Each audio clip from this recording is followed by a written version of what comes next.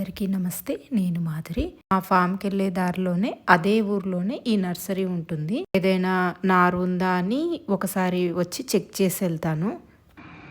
ఇది ఏజ్ అయింది madam, 1.5 month అయింది. రైతులు బాగా పెరిగిందంటారు, వద్దని ఇంకా అందులో కొత్త మనకు వస్తుందా ఇంతకు వచ్చినా రాకుండా ఊరికే తీసుకుపోయేసి వస్తుంది మేడం. చాలే ఇంకా 100% వస్తుంది. మేము మాత్రం ఏం చేస్తాం అందరినీ తీసుకుపోయి. మీరు కవర్ తీసుకోరు కదా అట్లే. ఈ నర్సరీ అతను ఈ క్యాబేజ్ నార్ మొత్తం బయట పడేశాడనమాట. ఎక్కువ రోజులు అయిపోయిందంట, సేల్ అవ్వక పడేశాడు. నాకు ఫ్రీగా ఇచ్చాడనమాట. ఏవైనా కొన్నైనా వస్తాయి కదా మేడం, తీసుకెళ్ళండి అని చెప్పిస్తే సరేలే అని తీసుకున్నాను. నేను జనరల్గా కవర్ తీసుకోను, కానీ చాలా ఉందని చెప్పి కవర్లో పెట్టుకొని వచ్చాను. నేను ఫామ్కి వెళ్ళాక చాలా రోజులు అయిపోయింది. దసరా ముందు వెళ్ళానమాట. ఇంకా అంతే.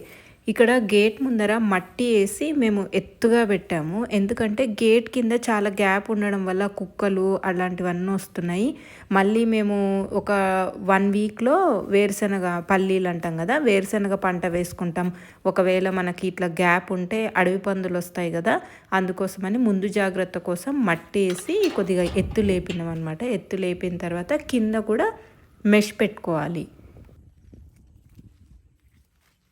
పల్లీలు వేసుకోవడానికి అని చెప్పి పొలమంతా దున్ని రెడీగా పెట్టుకున్నాం. ఇంతకుముందు వేసుకున్న జొన్న చేనులోనే ఇప్పుడు వేసుకుంటున్నాం.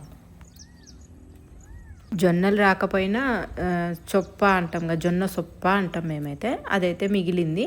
ఆవులు ఇట్లా తింటా ఉన్నాయన్నమాట. ఆవులు న్యాచురల్గా గడ్డి ఇట్లా సొప్ప ఇవి తింటేనే బాగుంటాయి. వాటికి కూరగాయలు తర్వాత పండ్లు ఇవన్నీ ఇవ్వకపోవడమే మంచిది. వాటి శరీరతత్వం అనేది గడ్డి తినడానికి అలవాటు పడి ఉంటుంది. మన శరీరతత్వం అనేది పండ్లు తినడానికి, కూరగాయలు, వండిన ఆహార పదార్థాలు తినడానికి అలవాటు పడి ఉంటుంది. కాబట్టి వాటి ఫుడ్ అవి తింటే మంచిది, మన ఫుడ్ మనం తింటే మంచిది. బంతి పువ్వులు అయితే బాగా పూస్తున్నాయి. ఇంకా మేము దసరాకే కాకుండా మధ్యలో కూడా ఒకసారి ఈ ఎల్లో కలర్ బంతి పువ్వులు తెంపినట్టున్నారు. ఏదో పక్క పొలం వాళ్ళు కావాలి అంటే ఇచ్చినట్టున్నారు. అందుకని ఎల్లో బంతి కొద్దిగానే ఉంది, రెడ్ బంతి మాత్రం సైజ్ పెద్దగా అయ్యింది. సంక్రాంతి దాకా ఈ బంతి పువ్వులు పూస్తాయో లేదో తెలియదు, కానీ దీపావళి పండగ వరకు అయితే వస్తాయి. మా పొలంలో అసలు భూమి వర్షం పడి పడి బాగా మెత్తగా అయిపోయిందనమాట. కాలు పెడితే కూడా దిగబడిపోతుంది. చాలా కష్టమైపోయింది. మొన్న ఆ మధ్యలో అయితే కాలు పెడితే చెప్పులు మొత్తం మట్టిలోనే ఇరుక్కుపోయినాయి అనమాట. ఇంకా అక్కడే వదిలేసి కొద్దిసేపు అయిన తర్వాత చెప్పులు తెచ్చుకున్నాము. కొంచెం పల్చగా చిన్న చిన్నగా ఆకుపచ్చగా కనిపించేది ఉల్లినారు. మేము నెక్స్ట్ మంత్ నవంబర్లో ఉల్లిగడ్డ పెట్టుకుంటాం అనమాట. దానికోసం నారు సిద్ధం చేసుకుంటున్నాము. అయితే సీడ్ మాత్రం చాలా ఎక్స్పెన్సివ్ ఉంది. ఉల్లిగడ్డ సీడ్ మాత్రం నేను దేశవాళీ ఉల్లిగడ్డ సీడ్ అయితే తీసుకొచ్చాను. అయితే ఇక్కడ మీకు కనిపిస్తున్నదంతా కూడా ఉలవలు వేసుకున్న తర్వాత వర్షాలు పడి పడి పడి బురదలాగా అయిపోయింది. ఇంకా మేము ఇంతకుముందు ఈ మడిలో వరేసినాం అనమాట. అంటే ఈ సంవత్సరం కాదు, లాస్ట్ ఇయర్ వేసుకున్నాము. మడిలాగా ఉండడం వల్ల నీళ్లు ఎక్కువగా నిలిచిపోయి ఉలువ మొక్కలన్నీ కూడా ఎర్రగా అయిపోయినాయి. కంది కాయ పట్టడం మొదలైనప్పటి నుంచి ఇంకా పురుగు స్టార్ట్ అవుతుంది. ఇంకా వారం మనం ఏదో ఒకటి స్ప్రే చేయాలని నేను ఎప్పుడు ఈ కంది పొలం చూపించినప్పుడు అంతా చెప్తూనే ఉంటాను. కాకపోతే దసరా ఆ టైంలో మేము స్ప్రే చేయలేదన్నమాట. దసరా అయిపోయిన నెక్స్ట్ డే నుంచి మాకు కంటిన్యూస్గా వర్షాలు పడుతూనే ఉన్నాయి. అందుకే నేను పొలానికి కూడా వెళ్ళలేదన్నమాట. ఎందుకంటే పని కూడా అవ్వదు, ఇంకేం చేసినా వేస్ట్ అని చెప్పేసి పొలానికి కూడా వెళ్ళలేదు. ఈ వీక్ ఇంకా ఖచ్చితంగా ఏదో ఒకటి స్ప్రే చేయాలి. మనం ఎంత చేసినా ప్రకృతి అనేది మనకి సహకరించలేదు, వాతావరణం సహకరించలేదు అంటే ఏం చేసినా వేస్టే అనమాట. మనం ఇంత స్ప్రే చేస్తున్నాం, ఇంత కష్టపడుతున్నాం కదా, కంటిన్యూస్గా వర్షాలు పడడం వల్ల కంది పూత అనేది రాలిపోతుంది. మోడం అనేది ఉండకూడదు, అంటే మబ్బు అనేది ఉండకూడదు. కందికి కంటిన్యూస్గా వర్షం పడుతుండాలి, మళ్ళీ కొన్ని రోజులు ఎండ రావాలన్నమాట. అట్లా వచ్చినప్పుడే పంట అనేది మన చేతికి వస్తుంది. లేదంటే మొత్తం ఫ్లవర్ అంతా డ్రాప్ అయిపోతుంది అనమాట.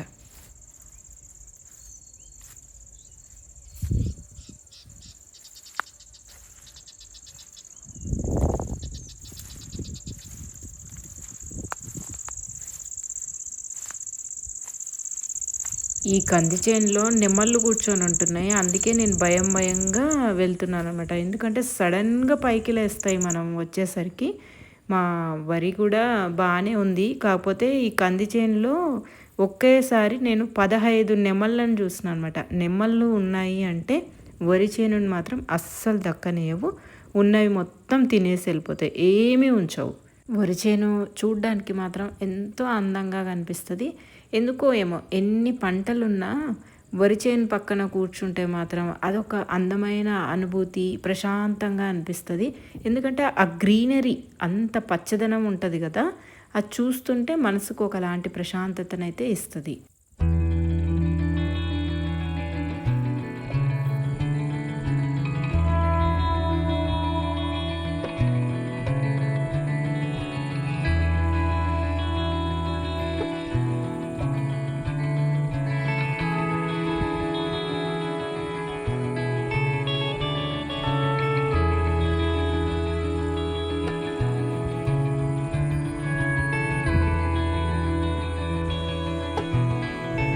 వరి కంకులన్నీ బయటికి వస్తున్నాయి. వచ్చే నెల లోపల మొత్తం అన్నీ కనపడతాయి. ఇప్పుడు మాత్రం అక్కడక్కడ కనిపిస్తూ ఉన్నాయి కదా.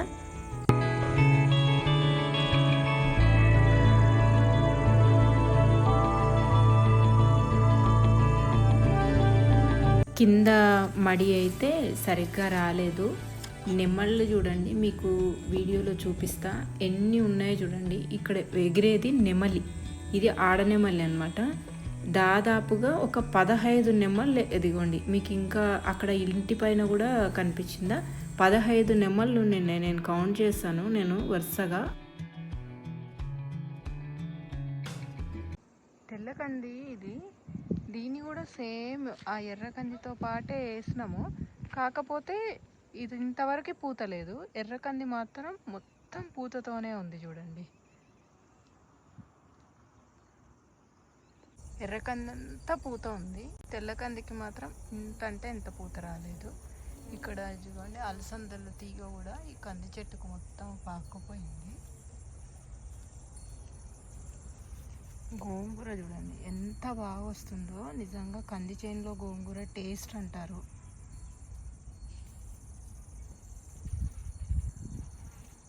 అందుకే వచ్చింది ఈ తెల్లకందికి పూత ఇక్కడ ఒక్కదానికి.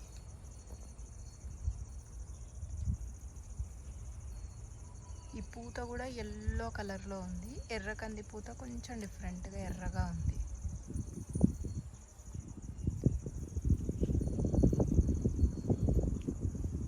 ఇంకెక్కడ లేవు. నేను ఇంటి దగ్గరకు వచ్చేసరికి పార్వతమ్మ కొన్ని అలసందలు అయితే చేసి పెట్టింది.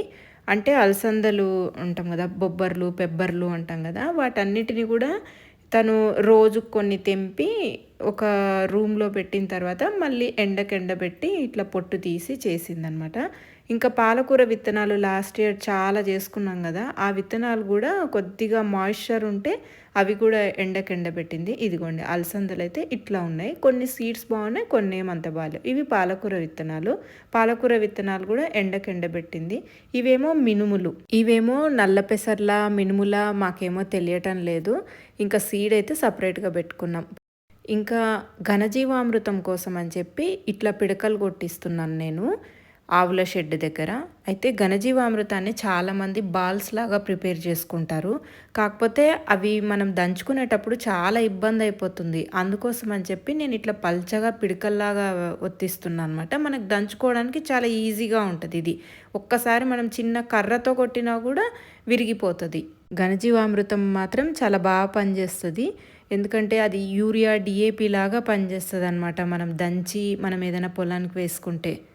ఆవుల షెడ్ దగ్గరనే పొట్ల తీగ ఉంటుంది కదా, పొట్ల తీగ మొత్తం ఆకులు వాడిపోతున్నట్టు ఇట్లా కనిపిస్తే ఏమైందని చూస్తే పురుగులు చూడండి. సేమ్ పొట్లకాయ ఆకు ఎట్లుంటుంది, ఆ పొట్లకాయ మీద మనకు ఆ నూగు ఎట్లుంటుంది అట్లాగే ఉన్నాయి చూడండి సేమ్. అవి ఆ ఆకు తిని సేమ్ దాని మాదిరే కలిసిపోతాయి అనమాట.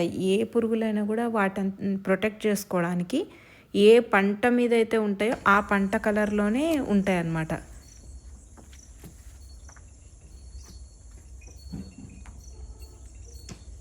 చెట్ల తీగ మీద ఉండే పురుగులను అబ్జర్వ్ చేసే లోపల మా ఆవులు షెడ్డుకు వచ్చేస్తున్నాయి అనమాట. సాయంకాలం 5:30 అయిపోయింది. ఈ మధ్యలో ఆవులకు లంపీ స్కిన్ డిసీజ్ వస్తుంది కదండి. అయితే ఇనిషియల్గానే మనము కేర్ తీసుకుంటే మాత్రం చాలా ఈజీగా దాని నుంచి క్యూర్ చేయొచ్చు ఆ డిసీజ్ నుంచి. ఇంకొకటి, ఎప్పుడు కూడా ఆవులను షెడ్డులో ఎక్కువ కట్టేస్తే లంపీ స్కిన్ డిసీజ్ వస్తుందని నేను అబ్జర్వ్ చేసిన. కొంచెం బాగా ఫ్రీగా గ్రేజింగ్కి ఎప్పుడైతే పంపిస్తున్నామో, మంచిగా నీళ్లు ట్యాంక్ ఇస్తున్నామో, లంపీ స్కిన్ డిసీజ్ అనేది కొద్దిగా తక్కువ వస్తుంది అని నాకు అనిపించింది. ఈ ఇయర్ కూడా రాధమ్మకైతే ఒక చిన్న గడ్డ మూతి దగ్గర అయితే వచ్చింది. మేమంటూ ఏమి మెడిసిన్ ఇప్పియలేదు, కానీ మరి అదంతా కదే తగ్గిపోయింది. మేము అనుకున్నాము ఏమైనా స్ప్రెడ్ అవుతుందేమో అనుకున్నాం. అంత లోపలనే అది కూడా క్యూర్ అవ్వడం స్టార్ట్ అయిపోయింది. లాస్ట్ ఇయర్ మాత్రం మా చిన్న కోడి దూడకి ఆవు దూడకైతే వచ్చిండింది. తొందరగా మెడిసిన్ ఇప్పిస్తే బాగా క్యూర్ అయిపోయింది అనమాట. లేదంటే మాత్రం అది చాలా డేంజరస్ డిసీజే. ఈ సంవత్సరం మాత్రం రాధమ్మకు ఒక్క గడ్డ వచ్చింది, కాకపోతే అదంతా కదే మానిపోయింది.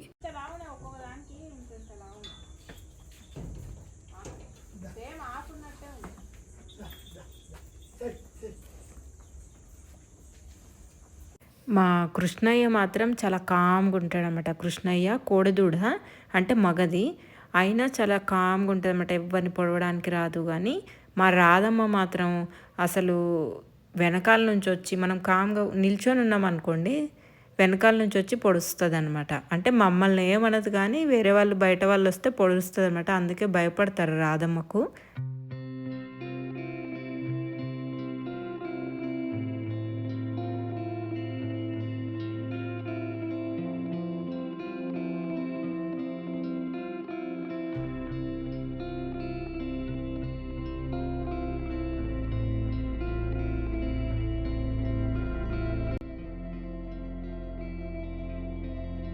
ఇందాక పొట్లకాయ మీద ఒక పురుగు చూపించాను కదా, ఇంకొక పురుగు మొత్తం అట్లా గూడులా కట్టుకుందనమాట. అంటే ఈ గూడులోనే పిల్ల పుట్టి మళ్ళీ బయటకు వస్తుంది.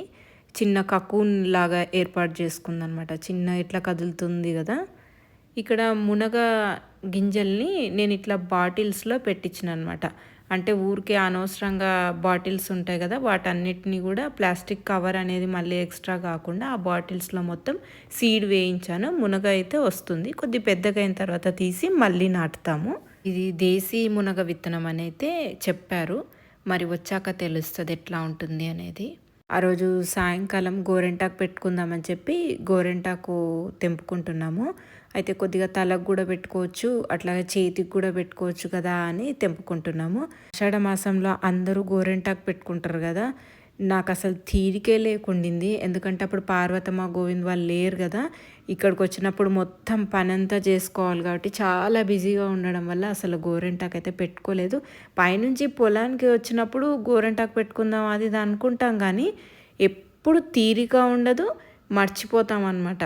ఈ ఆకు కూడా బాగా పెద్ద సైజు వచ్చింది. వర్షాలు పడుతున్నాయి కదా, వర్షాలు పడి పడి మంచిగా ఆకు కూడా చాలా బాగుంది. అందుకోసం ఇంకా పెట్టుకుందాము అని చెప్పి తెంపుకున్నాను, కానీ ఆ రోజు సాయంకాలం అస్సలు వీలే అవ్వలేదు. గోరెంటాకు సీడ్స్ కూడా వచ్చాయి. ఆ సీడ్స్ని కూడా కింద అట్లా నలిపేసేసిన, మళ్ళీ ఏమైనా మొలకలు మొలుస్తాయేమో అని.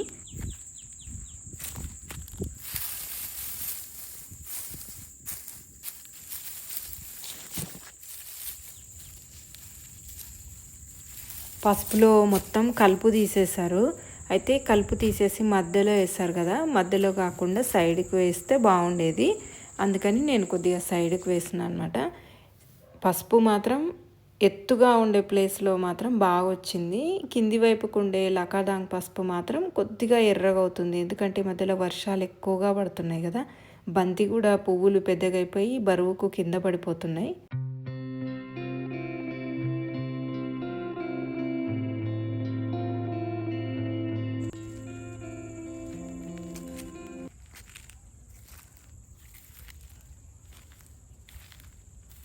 నేను మీకు ఇంతకుముందు అల్లం తెంపడం చూపించాను కదా. అంటే మేము 3 సంవత్సరాల క్రితం వేసుకున్న అల్లం మధ్యలో వస్తే అవన్నీ కూడా తీసి మళ్ళీ ఇక్కడ కూడా నాటుకున్నాము. అవి చిన్నగా ఉన్నాయి, అంతకన్నా ముందు నాటుకున్నవేమో పెద్ద సైజులో ఉన్నాయి. ఇక్కడ మధ్య మధ్యలో వచ్చిన ఈ పసుపు లకాడాంగ్ పసుపు, లాస్ట్ ఇయర్ ఇక్కడ లకాడాంగ్ పసుపు వేసుకున్నాం కదా, అవే చూడండి ఎంత పెద్దగా అయిపోయినాయో. ఒక్కసారి ఏదైనా ఒక చిన్న పసుపు కొమ్మ భూమిలో ఉండిపోయింది అంటే మనకు ఖచ్చితంగా ప్రయోజనాన్నే అందిస్తుంది. అది మళ్ళీ చూడండి ఎంత పెద్దగా వచ్చిందో. ఇక్కడ పసుపు మధ్యలో పప్పాయ కూడా మొలిసింది, ఎట్లా వచ్చిందో తెలీదు, బట్ వచ్చింది. ఇంకా అట్లాగే పెద్దగా కూడా అవుతుంది. ఇందాక పొట్లకాయల మీద పురుగులు ఉన్నాయని చెప్పాను కదా, వాటిని కంట్రోల్ చేయడం కోసమని స్ప్రేయింగ్ చేయిస్తున్నా. సాయంకాలం పూట స్ప్రేయింగ్ చేస్తే ఇంకొంచెం ఎఫెక్టివ్గా ఉంటుందని చెప్పి చేయిస్తున్నా. వావిలాక్ కషాయం కానీ బ్రహ్మాస్త్రం కానీ తయారు చేసుకొని కొడితే మాత్రం కొద్దిగా పురుగు కంట్రోల్ అవుతుంది. కానీ నా దగ్గర ఆ రోజు లేదు కాబట్టి మట్టి, లోపల మట్టి, పుల్లటి మజ్జిగ, కొద్దిగా ఆవు మూత్రం కలిపి అయితే స్ప్రే చేస్తున్నాము.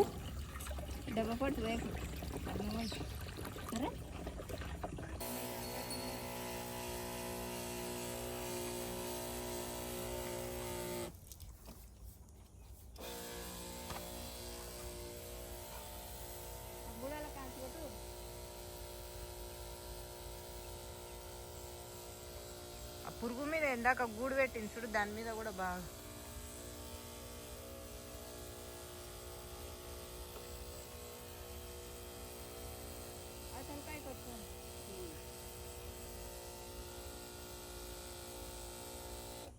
తీరిగ్గా తోట మొత్తం తిరిగి వచ్చేసరికి రాత్రి 7 అయిపోయింది. ఇంట్లోకి వచ్చేసరికి అప్పుడు వంట మొదలు పెట్టానమాట. నేను వచ్చేసరికి పార్వతమ్మను పొన్నగంటి కూర తెంపమని చెప్పానమాట. పొన్నగంటి కూర జొన్న రొట్టె చేయాలి. మనము చాలా నిర్లక్ష్యం చేస్తాం పొన్నగంటి కూర మాత్రం. ఇది ఏ మందులు లేకుండా సులభంగా పండే ఆకుకూర అనమాట. అందుకని పొన్నగంటి కూరని మాత్రం ఎప్పుడు నిర్లక్ష్యం చేయకూడదు. కంటికి కూడా చాలా మంచిది. తర్వాత ఎవరికైనా కాన్స్టిపేషన్ ఉన్నా కూడా వాళ్ళకు కూడా చాలా మంచిది. మీ అందరికీ తెలిసిందే కదా, నేను మట్టి పాత్రల్లోనే కూర చేస్తానని. ఈ మట్టి పాత్రల్లో మనం కూర చేస్తే రుచే కాదు, ఆయిల్ కూడా చాలా తక్కువ పడుతుంది అనమాట. మనకు స్లో కుకింగ్ అనేది ఉంటుంది కాబట్టి దానిలో ఉన్న పోషక విలువలు కూడా పోకుండా కాపాడుతుంది. నేను పొన్నగంటి కూర జొన్న రొట్టె అయితే ఆ రోజు రాత్రి చేశానమాట. మేము రాత్రి తినేవి ఒక 3 ఐటెంలు తింటామేమో, జొన్న రొట్టె, చపాతి, లేదంటే ఇంకే ఏదో ఉప్మా, ఇంతే. ఈ 3 రెసిపీసే ఎక్కువగా ఉంటాయి. ఎప్పుడో ఒకసారి ఇడ్లీ, దోశ, అంతే. జొన్న రొట్టె ఏదైనా ఒక కూర, ఏ కూర అయినా ఉంటే దాని రుచే వేరు అనిపిస్తుంది. జొన్న రొట్టె బాగుంటుంది, కాకపోతే చేసిన తర్వాత ఆ కిచెన్ ప్లాట్ఫామ్ మొత్తం క్లీన్ చేసుకోవాలంటే మాత్రం పెద్ద పని అనమాట. ఎందుకంటే మనం జొన్న రొట్టె కొట్టినప్పుడు అంతా పిండి అంతా చిట్లుతుంది కదా, అది క్లీన్ చేయడానికి చాలా టైం పడుతుంది అనమాట. కాకపోతే పర్వాలేదు, జొన్న రొట్టె కొట్టడము ఒక మంచి ఎక్సర్సైజే, తర్వాత క్లీనింగ్ చేసుకోవడం కూడా ఒక మంచి ఎక్సర్సైజే. నేను ఈ మధ్యలో గిన్నెలు తోమడానికి నేను కొబ్బరి పీచు వాడుతున్నాను అనమాట. మాకు కొబ్బరికాయలు ఫామ్లో ఎక్కువగా వస్తున్నాయి కదా, మేము కొబ్బరికాయలు ఒలిచినప్పుడంతా ఆ పీచు వస్తుంది కదా, ఆ పీచునంతా కూడా పెంటగుంతలో వేస్తున్నాం అనమాట. కాంపోస్ట్ అయిపోతుంది కదా అని చెప్పి కావాల్సినంత పీచును మేము ఎప్పుడు కావాలంటే అప్పుడు పీచు తీసుకుంటున్నాం, గిన్నెలు తోముకోవడానికి వాడుకుంటున్నాం.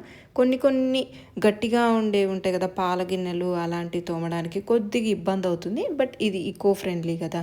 డిన్నర్ అయిపోయి క్లీనింగ్ అంతా అయిపోయిన తర్వాత బయటికి వెళ్తే లిల్లీ పువ్వులు పూసాయన్నమాట. మంచి వాసన వస్తుంది. నాకు మంచి వాసన వచ్చే ఏ పువ్వులైనా ఇంట్లో ఏదైనా ఒక వేజ్లో పెట్టుకుంటే ఇల్లంతా కూడా ఒక మంచి వాసన వస్తుంది కదా అనిపించింది. ఇంకా చిన్న ఈ పురుగులు ఉంటాయి ఎందుకో లిల్లీ పువ్వులో, అవన్నీ కూడా ట్యాప్ కింద పెట్టి వాష్ చేసేసి ఇట్లా ఒక చిన్న గ్లాస్లో వాటర్ పెట్టి బెడ్రూమ్లో పెట్టానమాట. మంచి వాసనతో పాటు మంచి నిద్ర కూడా పడుతుంది కదా. మళ్ళీ నా నెక్స్ట్ వీడియోలో కలుద్దాం. అంతవరకు సెలవు.